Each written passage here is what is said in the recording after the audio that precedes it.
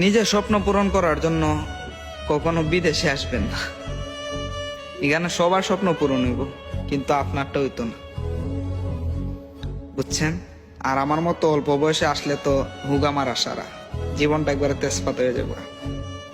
এই জন্য অনুরোধ করি, অল্প বয়সে কেউ বিদেশ আসবেন।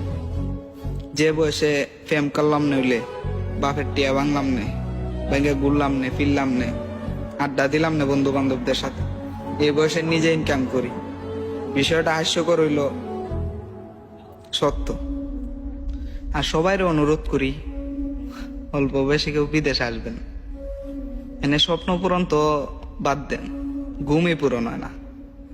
ঘুমাইলি ডিউটি, চোখটা মেলবেন, ডিউটির টাইম হয়ে গেছে, শেষ, বুঝছেন? আর মায়া, মহাব্বত, ভালোবাসা সবকিছুতে বঞ্চিত হইতে হইব। একটা এক্সাম্পল দিই, আঙ্গুর ফল চিনেন?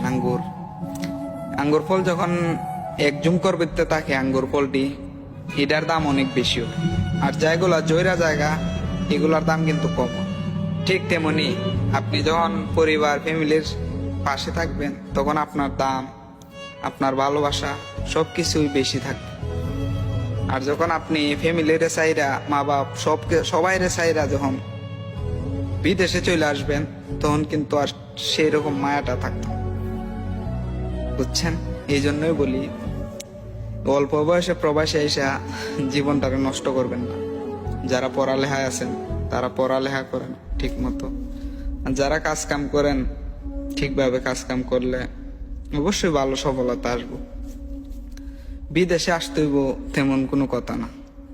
বাংলাদেশে আছেন, মা বাপ, ভাই বোন, আত্মীয় স্বজনের পাশে আছেন, এটাই অনেক বড়। টাকা পয়সা কবের লেগে, আজকে আছে কালকে নাই, আজকে মরলে কালকে শেষ।